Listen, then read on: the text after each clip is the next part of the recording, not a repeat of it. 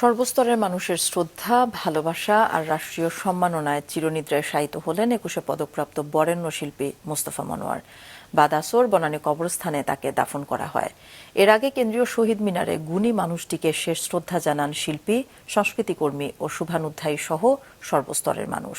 আরও জানাচ্ছেন মারুফা কামাল।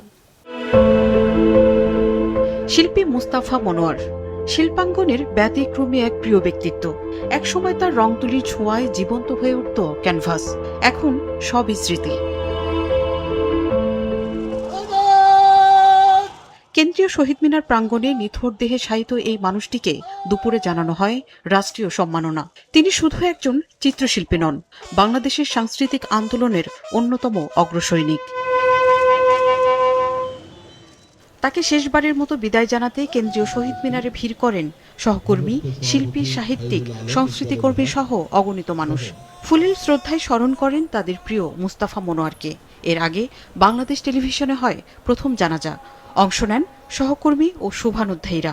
কর্মের এবং তার আন্তরিকতার এবং তার দক্ষতা, যোগ্যতা এবং সর্বোপরি একটা মননশীলতার ছাপ সকলের কাছে তিনি রেখে যেতে পেরেছেন। বিটিভিতে জানাজা শেষে সর্বসাধারণের শ্রদ্ধা নিবেদনের জন্য তার মরদেহ নেওয়া হয় কেন্দ্রীয় শহীদ মিনারে।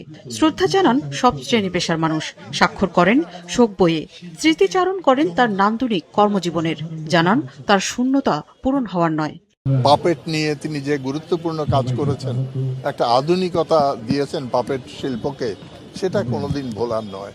সুতরাং আমরা মনে করব যেখানেই তিনি কাজ করেছেন সেখানেই সোনার ফসল ফলিয়েছেন।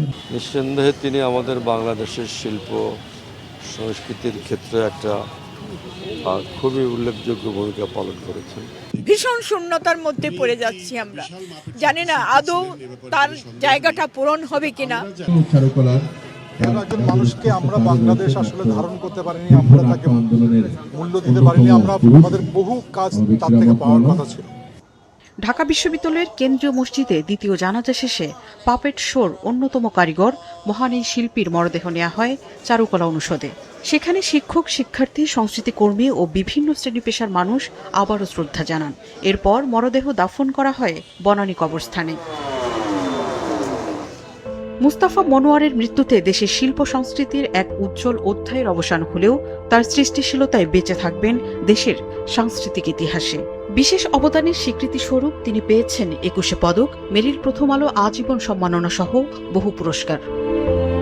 মারুফা কামাল, মাছরাঙা সংবাদ, ঢাকা।